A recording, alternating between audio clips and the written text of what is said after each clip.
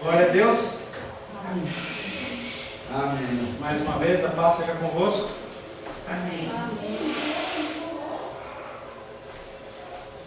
Nesse segundo período, nós temos tratado sobre Sermão do Monte, a bem-aventurança da misericórdia. Creio que mais esse domingo e o próximo nós estaremos finalizando para passarmos para a próxima. Mas ainda há muito que caminhar. Essa semana eu fui convidado a dar uma aula lá em Braslândia. Uma aula não, mas 5 aulas. E chamada Teologia do Culto. E basicamente o tema é sobre o Sermão do Monte. Sermão do Monte. E aí eu comecei a dar essa aula ontem lá. Vou dar quarta agora, de manhã. E vou dar quarta e sábado de novo. São 5 encontros. Já estou preparando o povo para oferecer para eles de uma maneira condensada esse estudo que a gente está fazendo mais extensivo. Então vai doer um pouco mais, porque eles vão receber aquilo sem água. Vão tomar um comprimido sem água, né? Ficar entalado na garganta. Bom, só retomando algumas coisas, nós falamos nas últimas semanas dentro desse tema sobre graça e misericórdia. Graça, nós segundo os nossos pecados não recebemos a punição que a gente deveria receber, e além disso nós recebemos a graça salvadora de Deus. E a misericórdia é olhar para a miserabilidade do nosso ser e não sermos punidos segundo as nossas ações pecaminosas. Nós falamos também que poderíamos escrever a misericórdia como uma simpatia interna acompanhada de atos externos em relação às tristezas e sofrimentos do próximo. E aí a irmã dos Reis estava dando um exemplo lá do ministro, eu realmente não acompanhei, e o ato da misericórdia, realmente a gente poder olhar para um ser humano, independente da situação dele, independente do histórico dele, independente do que ele é, do que ele faz, e você conseguir olhar para ele e falar assim: ele não sabe o que faz. Deus tem misericórdia dele. Nós temos como perfeito exemplo de misericórdia a figura do Senhor Jesus Cristo, que veio e entregou-se para que se cumprisse a vontade do Pai, para que o nome dele fosse glorificado também, para que nós fôssemos salvos. A misericórdia dele envolveu todas as nossas vidas, os nossos seres, as nossas ações. Deus, ele viu o meu estado deplorável, o seu estado deplorável, viu o meu e o seu sofrimento, e a despeito de nós sermos transgressores da lei, ele agiu em nosso favor através da misericórdia. Quando nós entendemos a pecaminosidade do nosso ser perante um Deus santo, a gente vai conseguir identificar que, seja você com pouca sujeira na sua roupa, seja você com muita sujeira na sua roupa, perante um Deus santo, os dois estão sujos. Os dois estão sujos.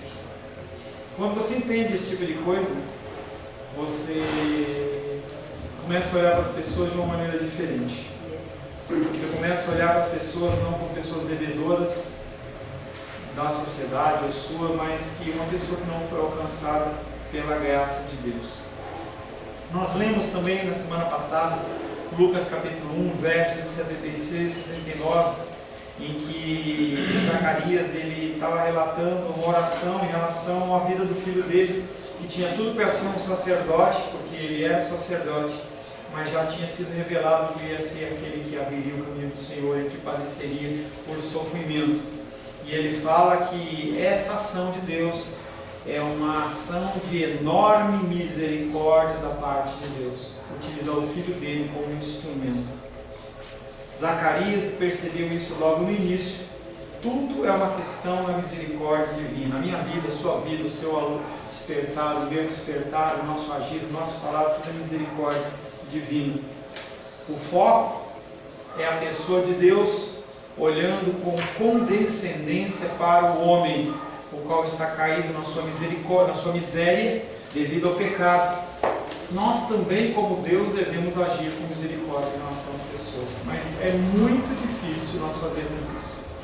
É muito mais fácil nós clamarmos por misericórdia de Deus do que realmente nós estendermos essa misericórdia às pessoas que nos magoam, que nos entristecem ou que nos prejudicam de alguma forma. O real problema exercido, envolvido nessa bem-aventurança, é quando nós lemos essa bem-aventurança, que é bem-aventurados misericordiosos, porque alcançarão misericórdia, também na ótica que nós olhamos dentro da oração. Eu vou alcançar misericórdia apenas se eu for misericordioso. Se você pensar dessa maneira, já era. Porque se Deus ele for julgar você segundo a sua misericórdia, ou se Ele for estender a misericórdia dele sobre a sua vida, medido na sua misericórdia, eu e você estamos perdidos. Porque nós somos seres que não temos misericórdia com as outras vezes. Por isso que o Senhor, quando Ele coloca bem-aventurados os misericordiosos, porque alcançarão misericórdia, Ele está falando mais uma vez sobre aquele tema recorrente que eu falo sempre, que chama-se responsabilidade humana. Devendo o que você devia, devendo o que eu devia, pecador como eu sou e você é, perdoado como eu sou e você é, nós também temos que exercer a misericórdia sobre a vida das pessoas. Ele fala muito mais no sentido de um alerta para eu e você exercermos a misericórdia de Deus sobre a vida das pessoas, porque nós já recebemos essa misericórdia, do que o contrário. Nada merecemos senão a punição. Foi o que nós expressamos no outro módulo, como nós falamos da vida de Davi. Nada merecemos senão a punição. Se eu chegar a ser perdoado, esse perdão deve ser único e exclusivamente devido à graça e misericórdia de Deus. Não há nada que eu possa fazer para minimizar a minha pena ou excluir a minha pena. A partir do perdão de Deus será imprescindível que eu perdoe aqueles que me transgrediram contra mim. E isso é uma coisa extremamente importante. Se você quiser saber uma coisa que é importante dentro do cristianismo, entre muitas que são, mas uma coisa que é importante, se você quiser guardar alguma coisa no seu coração dessa aula, ou de todo o nosso estudo de Sermão do Monte, guarde isso. Porque você foi alcançado por Deus, você tem que agir com amor e misericórdia com a vida das outras pessoas. Porque quando você entende isso, você entende, por exemplo, amar a Deus sobre todas as coisas e o próximo como a ti mesmo. Você entende. Você entende que você tem que abrir mão de muitas coisas da sua vida em detrimento das outras pessoas. Você tem que abrir mão do seu bem-estar em detrimento de outras pessoas. Isso é misericórdia. Nós não somos chamados a sermos religiosos ou vivermos segundo cartilhas, mas nós somos chamados a viver segundo a graça e a misericórdia de Deus. As bem-aventuranças, como nós já falamos e temos falado sempre, elas são sempre uma consequência, uma derivação do que já foi dito anteriormente. Você não tem como ser uma pessoa misericordiosa se você não é uma pessoa mansa ou você não entendeu o seu pecado. Se você não entendeu a pecaminosidade do seu ser. Eu sou humilde de espírito. Essa bem-aventurança deriva-se de todas as que precederam. E, portanto, expresso a questão da seguinte maneira: sou humilde de espírito. Percebo que não há nenhuma retidão na minha própria pessoa. Entendo que se eu me colocar face a face com Deus, perante a sua justiça, eu estaria perdido, não poderia fazer nada. E não somente isso, mas também lamento-me chorando por causa do pecado, humilde de espírito, chorando por causa do pecado que está em mim. Contrição, que nós falamos em oração. Além disso, em resultado das operações do Espírito Santo, eu cheguei a tomar a consciência da negritude do meu coração, como ele é duro, como ele é negro, como ele é ruim. Sei o que significa clamar: Desventurado o homem que sou, quem me livrará do corpo desta morte? Pastor, quem falou isso foi um tremendo pecador, foi mesmo, o apóstolo Paulo. O apóstolo Paulo, dentro da vida dele, que ele pregava, ele abria igrejas, ele era uma pessoa fiel, recebia revelações dos céus que ninguém recebia. Ele olha para si mesmo, quando ele olhava no espelho, e fala assim: coisa ruim, como eu sou ruim, como eu sou ruim. Desventurado o homem que sou, quem me livrará do corpo dessa morte? Desejando me ver liberto dessa maldade que se manifesta em meu interior, mais do que isso eu me mostro manso. Bem-aventurados os humildes, bem-aventurados os que choram, bem-aventurados os mansos. O que significa que agora eu recebi uma visão autêntica de mim mesmo, entendendo que ninguém pode me prejudicar deveras, que ninguém pode realmente ofender, que ninguém jamais pode dizer algo demasiadamente pesado ao meu respeito. Quando você olha e vê o pecado do seu coração, você fala assim: qualquer coisa que alguém venha falar de mim ou fazer de mim é pouco. Lembra de Davi que nós lemos no Salmo? Ele olha e fala: Deus, eu olho e contemplo a minha vida e o meu pecado, e realmente eu não mereço nada. O que o Senhor punir, o que o Senhor julgar, é nada menor do que eu mereço. E quando nós exteriorizamos isso para outras pessoas, e você entende quão ruim você é, você não vai ficar dodói. Eu não vou ficar dodói. Eu não mereço o amor. Eu não mereço o amor das pessoas, o respeito das pessoas, a honra das pessoas. E aí você começa a ficar mais em paz. As pessoas, você não fica uma pessoa endurecida, mas você começa a olhar para as pessoas como Jesus Cristo olhava. Quando aquela mulher adulta vem trazida por aqueles sacerdotes, por aquela turba de pessoas querendo apedrejar aquela mulher, e estava na lei, Jesus Cristo poderia pegar as pedras e atacar a primeira pedra na mulher, e ele olha e fala assim: quem não tem pecado, joga a primeira pedra. E ele, naquele momento, ele estava se habilitando a jogar pedra, porque ele era o único que não tinha pecado. E aqueles homens do mais velho para o mais novo vão soltando as pedras, porque eles começam a falar: espera um pouquinho, né? Eu já fiz isso, eu já fiz aquilo outro, hoje mesmo eu falei isso, fazia aquilo outro, então eu não sou digno de fazer isso. É um arrependimento que tem que ter nas nossas vidas, em você reconhecer a sua pecaminosidade, reconhecer o seu estado, e quando você vê a ação da pessoa, você simplesmente pega aquela pedra que você tem todo o direito de jogar, só porque você já foi perdoado das coisas que você fez de errado.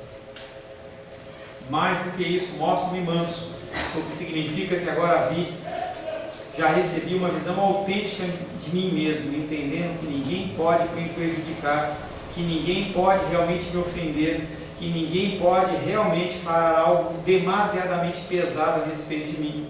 Já vim a mim mesmo e o meu maior inimigo desconhece que eu sou pior que ele. Eu sou pior que ele. Vi a mim mesmo como alguém verdadeiramente odioso, e é justamente por essa razão que tenho sentido fome e sede de justiça. Tenho anelado pela justiça. Também já entendi que não posso criar nem produzir a justiça em mim. Eu não posso ser justo por mim mesmo. É Deus que cria essa justiça em mim. E eu não posso nem me alegrar porque eu sou justo, porque qualquer justiça que eu venha a ter, ela procede de Deus.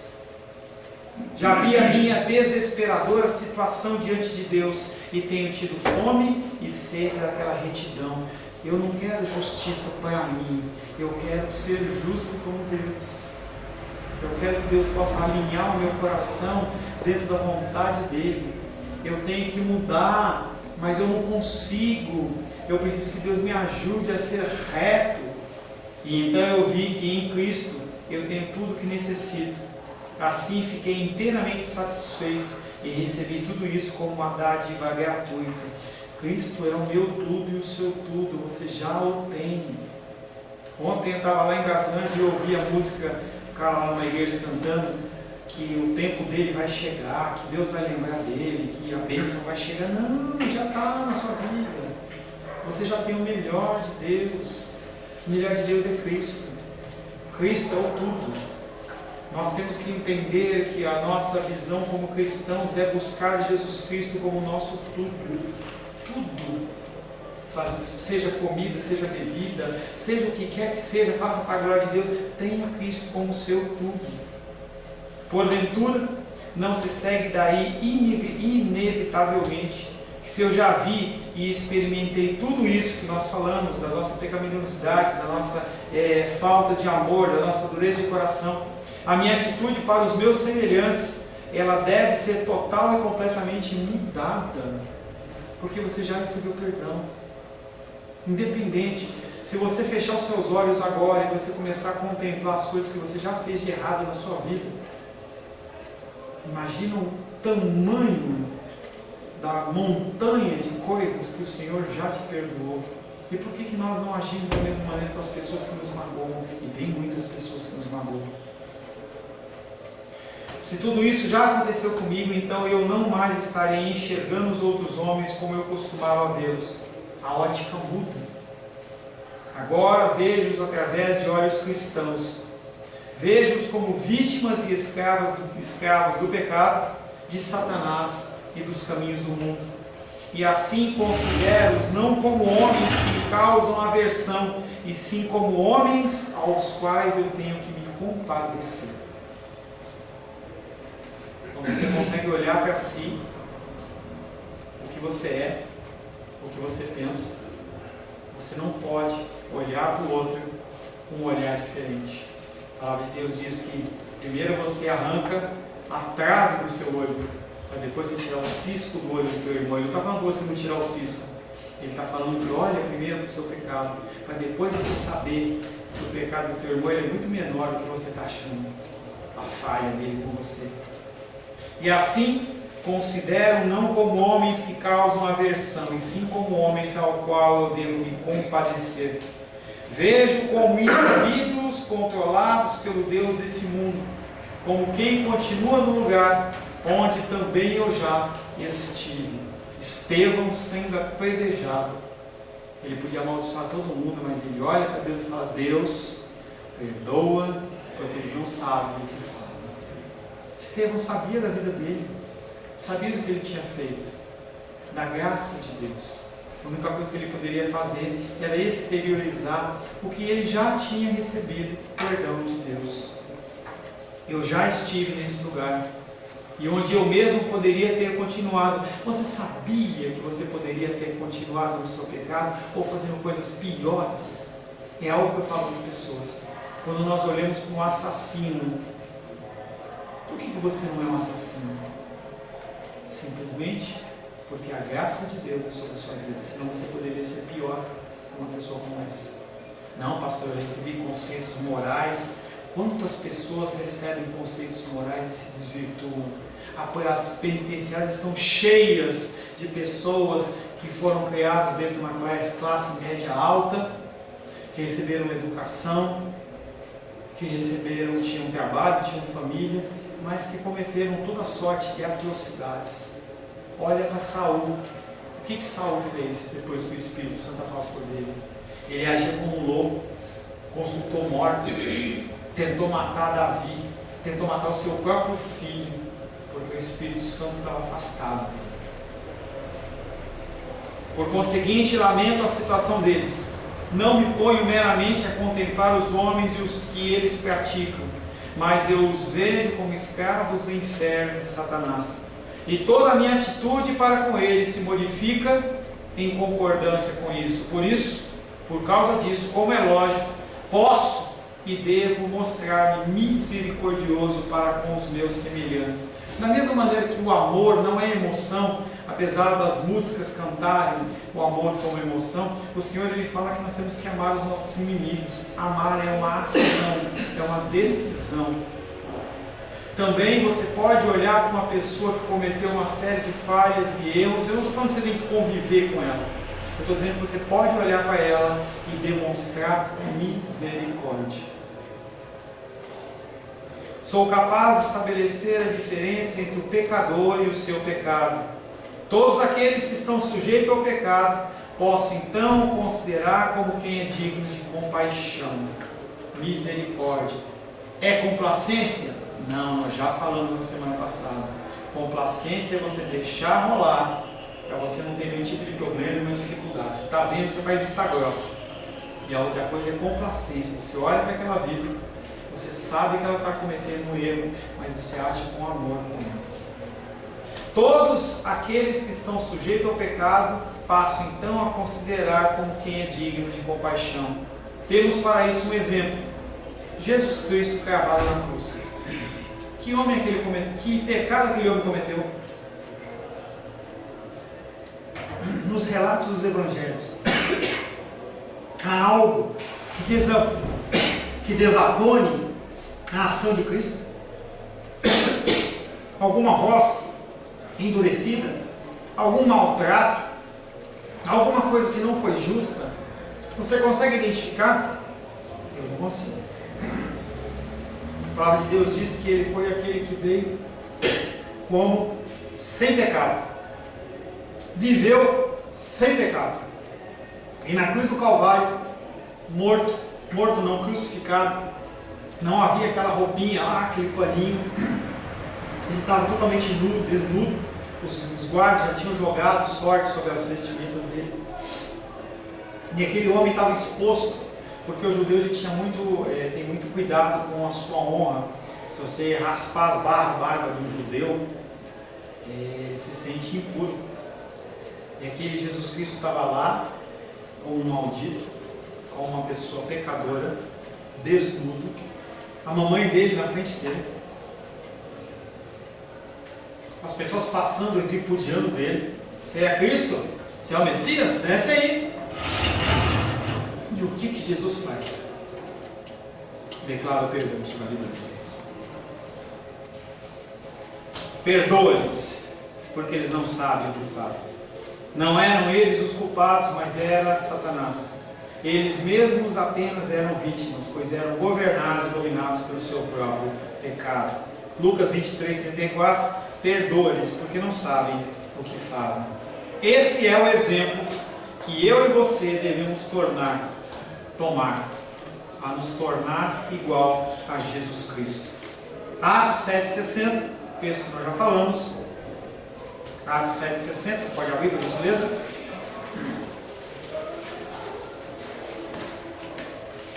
Estevão, Marte, atingiu esse nível espiritual quando o apedrejavam. Ele disse: Rosângela?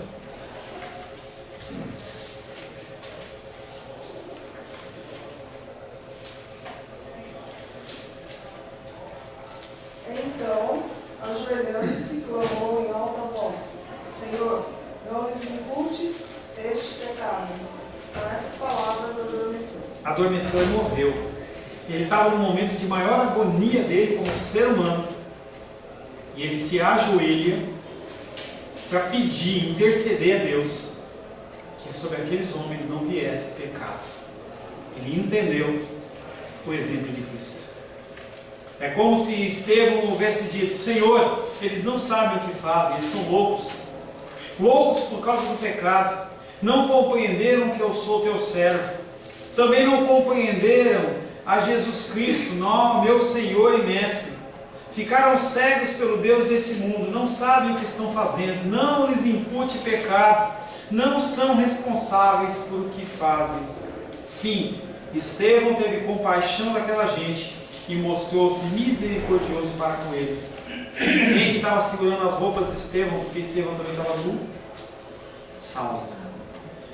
A palavra de Deus diz que quando você age desta maneira, você amontoa brasas vivas sobre a vida das pessoas. A pessoa ela é impactada, ela é mudada e transformada por um ato de misericórdia seu. Sim, Estevão teve compaixão daquela gente e mostrou-se misericordioso para com eles. E essa, repito, deve ser a condição de todo aquele que é um crente autêntico. Como nós estamos longe disso? O Senhor ele coloca como um padrão a ação de Estevão para a pessoa ser cristã. Será que já reconhecemos ser essa a posição do crente, mesmo quando as pessoas abusam de nós, desprezam-nos e nos prejudicam? Como que você age quando as pessoas elas pisam no seu calo? Quando elas abusam de você? quando elas te prejudicam.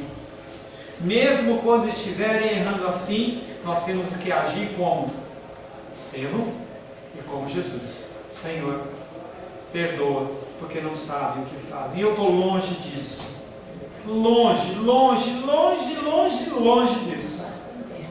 Você já passou por algo parecido em sua experiência pessoal? Você já demonstrou compaixão pelas pessoas que através da expressão dos seus rostos demonstravam amargura e ira contra você? Essas pessoas, elas são apenas dignas de compaixão. Considere as coisas a respeito dos quais elas se iram. Por que essas pessoas estão iradas? O que demonstra que toda a atitude dessas pessoas está errada desde o próprio interior. Às vezes as pessoas se iram porque você deixou a geladeira aberta, ou porque fez um ato aqui e lá, coisas pequenas, e as pessoas, elas ficam extremamente iradas com você. E aí, se você olhar para o motivo que ela está irada com você, e você tiver um pouco de visão cristã, você vai falar assim: meu, que ridículo, como é que eu posso responder com ira a uma coisa tão ridícula como essa? Ela não sabe o que faz.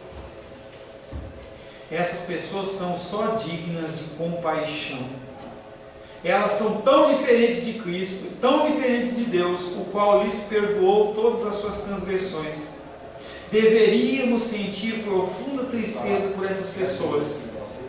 Deveríamos orar a Deus em favor delas, pedindo-lhe que use de misericórdia para com elas. E afirmo que tudo isso acontece em sequência, necessariamente, se é que verdadeiramente já sabemos o que significa ser perdoado. Quando você entende o que é ser perdoado, você tem que tentar fazer com que essas pessoas também sejam perdoadas. Nós temos que começar a gastar mais tempo de oração com as pessoas. A gente tem que comprar um caderninho para colocar o nome das pessoas que precisam de oração. Não só pessoas que estão enfermas, que nem a gente já ora, a gente ora pela Lourdinha, ora pelo irmão Cláudio, ora pela titia. Não é por essas as orações normais que eu estou falando, falando das pessoas que são ruins conosco. A gente tem a tendência de orar apenas pelas pessoas que são boas conosco. É muito fácil eu orar pela Glenda. É muito fácil orar pelo irmão Cláudio. Mas e aquelas pessoas que nos magoam, que nos entristecem? E tem pessoas que fazem isso com a gente todos os dias. A manifestação verdadeira do cristão é alcançar essas vidas. E o milagre, a maravilha da coisa é: acontece a mudança. As pessoas são alcançadas.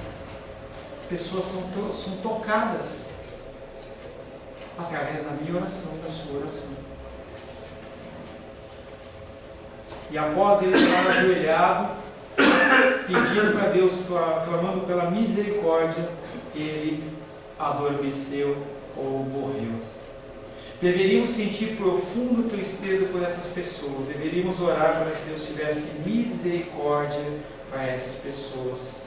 Se eu sei que eu sou um devedor, somente. Você é devedor a Deus? Você é devedor à misericórdia divina? Se eu entendo que se sou crente é apenas, única e exclusivamente pela misericórdia de Deus, então eu não deveria permitir qualquer sentimento de orgulho pessoal, mas deveria haver em mim qualquer espírito, não deveria haver em mim qualquer espírito vingativo. E sem dúvida, eu não deveria ficar insistindo que eu tenho direitos. Você não tem direito a nada. Eu não tenho direito a nada. Como Davi.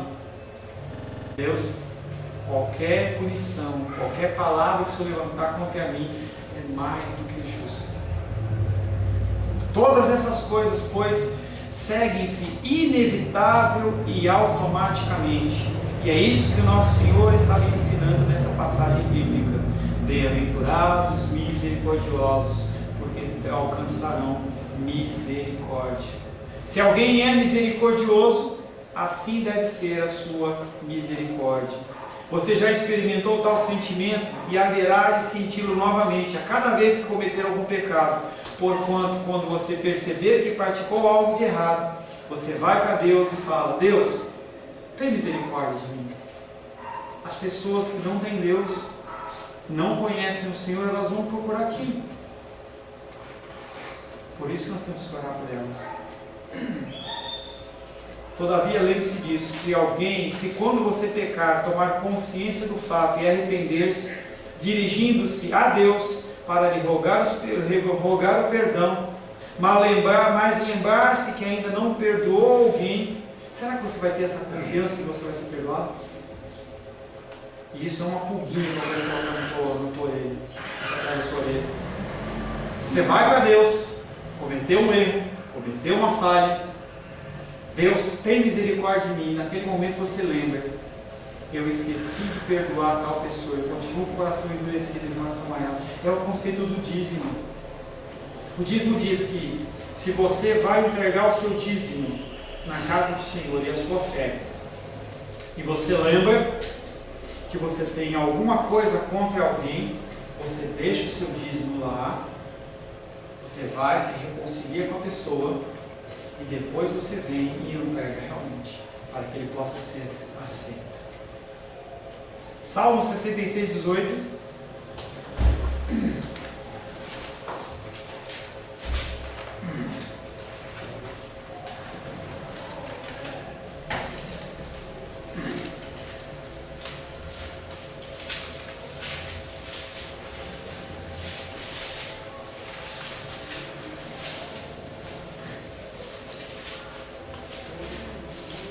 Verdinha.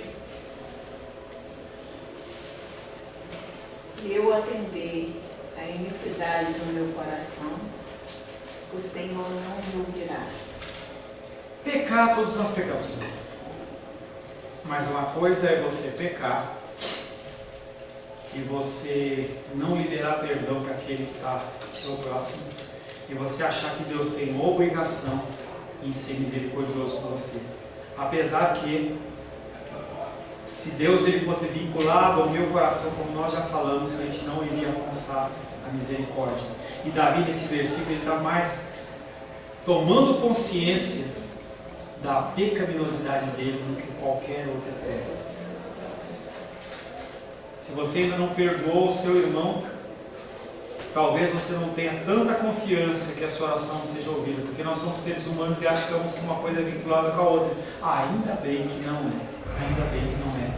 O arrependimento envolve, entre outras coisas, que eu perceba que nada posso reivindicar como meu direito da parte de Deus, e que é somente através da sua graça e misericórdia que eu poderei ser perdoado. E as pessoas nas igrejas, elas falam assim: eu vou fazer tal coisa, eu vou fazer isso, eu vou cumprir tal mandamento, e eu posso sim exigir que Deus faça tal coisa. Quem é eu? Quem é você para exigir algo de Deus? Ele faz por graça e por misericórdia, única e exclusivamente. O arrependimento envolve, entre outras coisas, que eu perceba que eu nada posso reivindicar como meu direito da parte de Deus, e que é somente através da sua graça e misericórdia que eu poderei ser perdoado. Pastor, você está falando demais isso. Falou na oração e está falando de novo, você parece um disco rachado. Apenas através da sua graça e da sua misericórdia nós somos perdoados. De novo, pastor, porque nem eu nem você apanhamos. Nós achamos que é por nossas forças.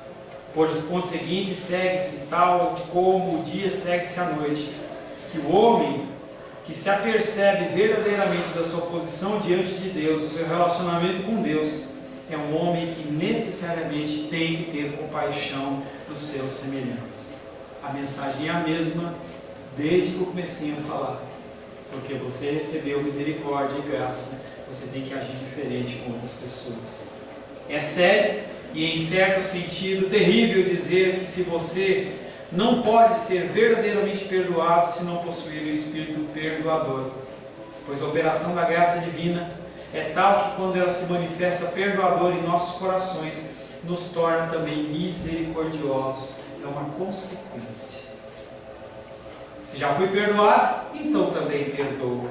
Nenhum de nós possui por natureza espírito perdoador. Você não nasce com uma estrelinha na sua testa dizendo: aqui nasceu uma pessoa perdoadora. Pelo contrário, você nasce estabelecendo o seu reino. Eu mando, eu ordeno, eu estou com cocô na minha fralda, eu quero que alguém me limpe, eu estou com fome, alguém tem que me alimentar, porque senão eu choro. As pessoas da casa passam a dormir no horário que eu quero, porque se eu quero dormir de manhã, eu durmo de manhã, se eu quero dormir à noite, eu durmo de noite. E esse rei que é estabelecido no nosso nascimento, ele muitas vezes é um rei que continua dominando. E eu falei ontem na aula, falo hoje de novo. Lembro da Luísa, quando ela chegou em casa, pequenininha da escola, e ela falou assim: papai e mamãe, eu quero dizer para vocês que eu sou a mandora da casa. Eu sou a mandora da minha sala. Eu que mando. 4 anos, 5 anos, sei lá o que é. E a gente acha muito bonitinho, mas na verdade a criança está falando: olha, eu acabo de estabelecer o meu reino. Não há como você ter o seu reino em que você manda, você ordena, você faz e desfaz, e você também ser participante do reino de Deus. Em algum momento da sua vida, Deus ele cavou o muro do seu reino e te puxou para fora.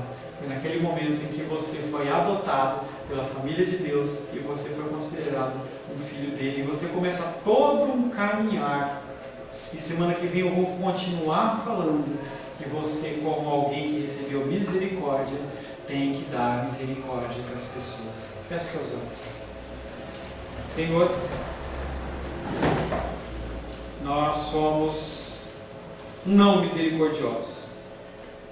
Nós queremos misericórdia para as nossas vidas, nós queremos perdão para os nossos pecados, mas nós não queremos de forma nenhuma alcançar as vidas, Pai querido. Não queremos, Pai, que as pessoas sejam alcançadas. O que importa, na verdade, é a minha salvação, a minha alimentação, a minha proteção, o meu perdão, a misericórdia sobre a minha vida, a compaixão sobre a minha vida. Esse é o meu coração.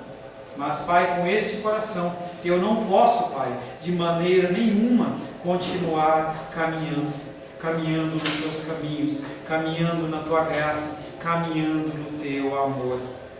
Pai, a Tua palavra diz em 1 Coríntios 11, 28, que nós temos que nos examinar a nós mesmos. Hoje é dia de Santa Ceia e nós temos que nos examinar a nós mesmos.